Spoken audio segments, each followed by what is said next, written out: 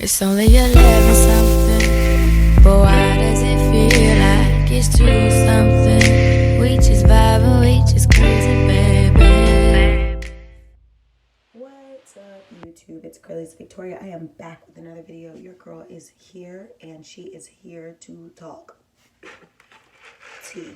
If you're new to my channel, make sure you like, comment, share, subscribe. Smash the thumbs button up. Smash the subscribe button before this video ends. So in this video, it's going to be straight to the point, let you guys know what's up. So let's talk about weight first.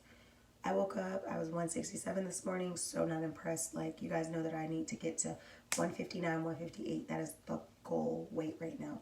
159, 158 is goal by January, okay? Hopefully by January 1st, but because we are about a couple weeks from January 1st, I'm not going to overdo it. I would just say by mid-January, February 1st, I need to be in the 150s regardless. February 1st, 150s. Like, that is what I'm working toward. I don't care 159, 159.9, like 159.9 and a 9. I don't care. I need to be in the 150s because I have been at my heaviest weight. Never been this big. Like, to other people, I look fine, but I know I'm storing belly fat. I'm storing just, in areas that I don't want, like extra boobage, like, you know what I mean? And the girls are already the girls, you feel me? They don't need any more friends, okay? Because they are already sisters, and they don't need any more, like, weight friends. So the weight is just too much, okay? But no, like, I'm not like, oh, they're so heavy, I can't walk, my back ache. No, I'm not that type of, But a lot of the women be like, oh my gosh, your boobs are like perfect when you have on a bikini, or they're perfect when you have on a swimsuit, or perfect boob. Thank you, sis, but this stomach has got to go. The stomach has got to go, okay? Because ever since I came plant-based, like, it's been about 2 years, 2016, 17, or whatever. It was right around there. Yeah, it was like I felt like I gained more weight, and I started to see more midsection fat than any time in my life. And I think it's because you stop eating meat and dairy, so you start to have more sugar craving aversions. You start to, do different things that could add that fat back because of those carbs and all of that stuff that you're getting. And I think that's how it resulted for me. I'm not happy camper at all, so I'm doing something about it. So you guys know my starting weight, not like within this week, but the heaviest weight I've ever seen myself was a 179. Kid you not, on the scale. And that was during the time where I was on my menstrual cycle and I was bloated. And normally when I'm like super bloated, I probably be about 3 pounds, 4 pounds heavier. So that was during a super bloated time, but it still doesn't negate the fact that I seen it on the scale. That was enough. I've never seen over 179, but I did see 179, and that scared me. So after I was off my cycle, then I started seeing the regular 176, 175. That was still too heavy. I've never been that big in my life. I was a 125 girl, or like 130s, like, you know what I mean? So that was just too heavy over time for me. So I started to, when I saw that number, it got brought to my attention because somebody said something bad about me, basically saying that in my picture I looked pregnant and I wasn't pregnant. And it was offensive, but it wasn't that really offended me. It brought notice to me. I wasn't noticing. Like, I would say it sometimes, like, I'm bloated and I look pregnant, blah, blah, blah. But until somebody said it to me, like, trying to basically undercut me, like, just, it was not in a constructive criticism way. It was in a, I want to kick you while you're down type of way. So I'm just going to talk crap about you. And it was like, it was fine because I'm a confident person.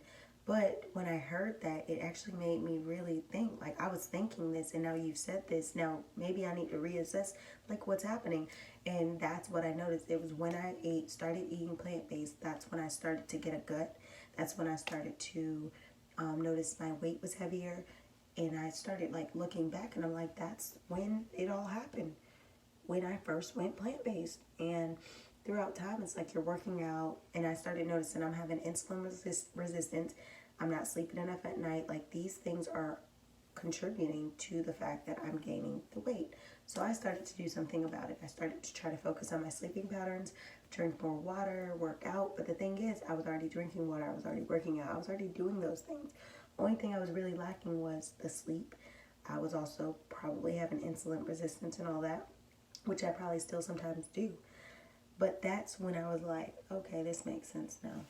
I need to do ABC, I'm gonna do this, I'm gonna do that. And then I did the OMAD, and that's when I lost 7 pounds in a week. And when I lost them 7 pounds in a week, I kept the 7 pounds off. So I went from like 177 or 176. Once I had dropped from 179, I went back to 176 or 175. I went from like 176 to like 168 or 69 in like a week of just doing 1 meal a day and water all around the clock. So it was 23 hours of fasting and 1 meal, okay? Mind you, I don't eat much, so a lot of times I do eat 1 meal a day here and there. But I was not constantly knowing that the 1 meal a day would keep me that way. You know what I mean? I was just doing it so I could never explain why I was losing weight and stuff like in the past, until I realized that that 1 meal a day fasting was also letting me lose the weight. And I'm like, well, if I don't eat that much and I eat about 1 meal a day, then this will be fine for me. I don't feel like you're starving yourself or you're setting your expectations too high. That's like how I normally eat. It's just I became more consistent with it. Like, maybe I'll eat 1 meal a day, but then I'll decide 3 hours later, 4 hours later, I want a snack or I want something healthy, snack, whatever. It still didn't negate the fact that it was offsetting the actual OMAD. So when I lost those 7 pounds and kept those 7 pounds off, I'm like, okay, sis. So I kept seeing 168 on the scale, then I seen 167.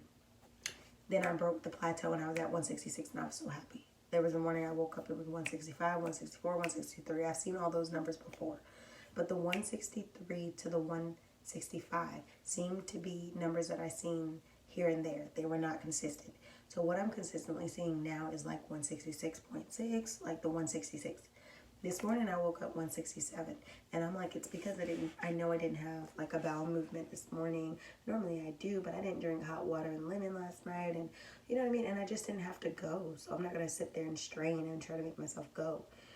So that was that. But I'm sure, you know, like when I'm waking up and I'm urinating and I'm defecating and things like that in the morning, that's when I'm my lightest weight, and you know, all the waste have excreted out of my body.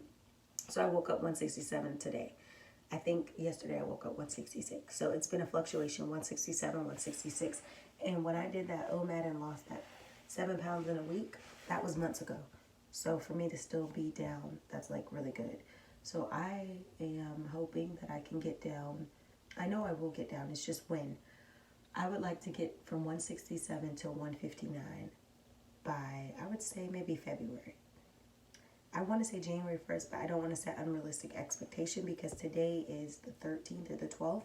So the chances of me doing that are like they're slim, but they're not like impossible.